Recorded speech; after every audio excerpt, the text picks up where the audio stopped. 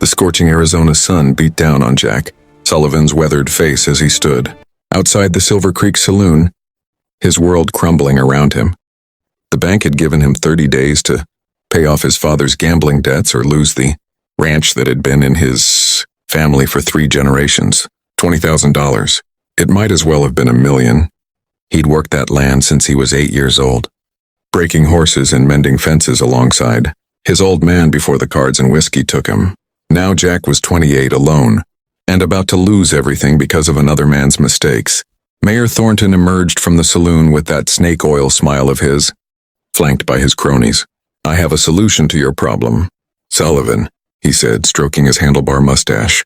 "My niece Eleanor just arrived from Boston. Educated, proper, but a bit too headstrong for the city folk.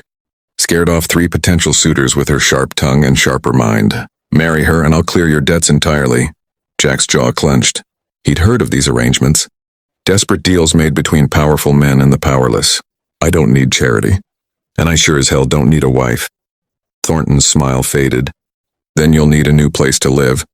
The bank forecloses in 30 days and I happen to own the bank. This isn't charity, boy. It's business. Eleanor needs a husband to settle her down and you need money. Simple as that." The other ranchers watched from their porches, some with pity, others with barely concealed satisfaction at seeing proud Jack Sullivan brought low. He'd always been independent, refusing to play the, political games that governed Silver Creek. Now that independence was costing him everything. 3 days later, Jack stood at the altar of the small church, his collar strangling him worse than any rope. The town had gathered not out of joy but curiosity, eager to see the wild city girl who'd been shipped west like unwanted cargo.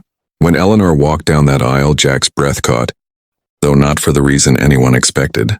She wasn't the frail, helpless creature he'd imagined. Eleanor Thornton moved with purpose, her green eyes scanning the crowd with an intelligence that made him uncomfortable. Her chestnut hair was pulled back severely, and her dress, though finer than anything in Silver Creek, was practical rather than ornate. But it was her expression that struck him most. No tears, no trembling, just a cool assessment as if she were calculating odds at a poker table. When she reached him, she whispered just loud enough for him to hear, "I assume you're as thrilled about this arrangement as I am, Mr. Sullivan." Her voice carried an edge of sarcasm that would have been funny if the situation weren't so dire. The ceremony was mercifully brief. When the preacher pronounced them man and wife, Jack's kiss was perfunctory, barely brushing her cheek. The town cheered, but it sounded hollow. As they walked back down the aisle, Eleanor's hand rested lightly on his arm and she smiled for the crowd. But under her breath she murmured, "This town has no idea what it's done, forcing both of us into this cage. But I promise you, Mr. Sullivan, I didn't survive Boston society to be defeated by a dusty western town.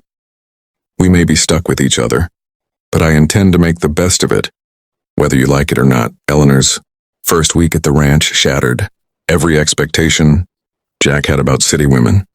While he expected complaints about the dust, the heat, and the primitive conditions, she simply rolled up her sleeves and surveyed the property with the calculating eye of a businesswoman. On the 3rd morning, she appeared at breakfast with a ledger she'd found in his father's study. "Your books are a disaster," she announced, setting the thick volume on the table with a thud that made the coffee cups rattle. "Your father wasn't just a gambler, Mr. Sullivan. He was being systematically cheated, and I can prove it." Jack looked up from his eggs, irritation flashing across his face. "My father's mistakes are his own. I'm working to fix them, not assign blame." Eleanor pulled out a chair and sat down without invitation, flipping through pages filled with her neat annotations. "Don't be a fool. Your uncle by marriage, the estimable Mayor Thornton, has been buying up ranch land around Silver Creek for the past 5 years. Every property he's acquired has followed the same pattern. The owner falls into mysterious debt, usually gambling losses verified by Thornton's associates, and then loses everything. Your father's debt appeared in the books only 6 months ago, but the entries are in different handwriting than his usual script." The accusation hung in the air like gunsmoke.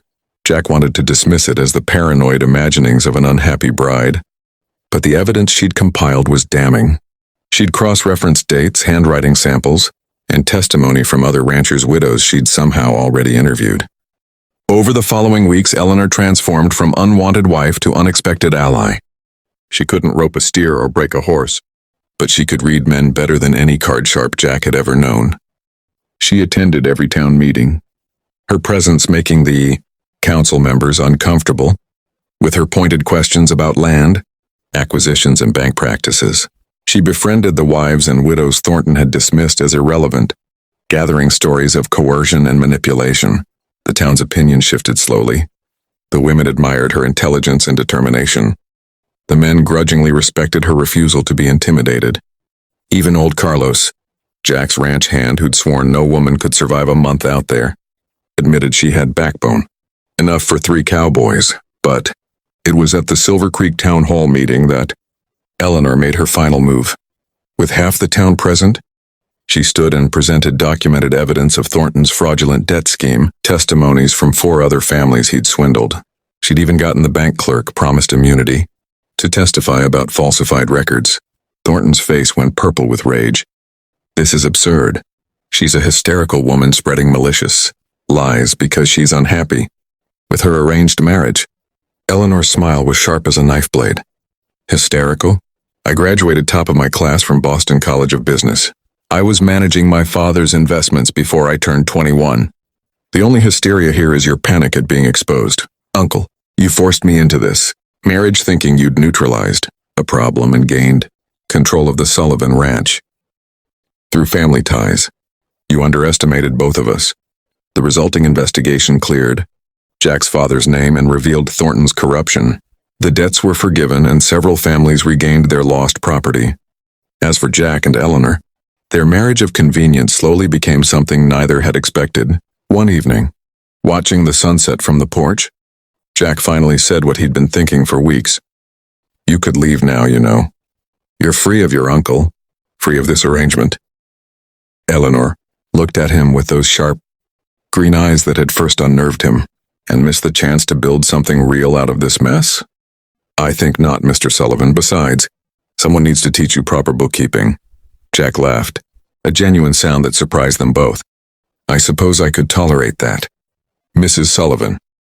The town of Silver Creek learned an important lesson that year. Never underestimate the unwanted bride, because she might just be exactly what everyone needed all along. Sometimes the best partnerships are the ones nobody planned for. Forged not in romance, but in mutual respect and the shared determination to outsmart those who tried to control them.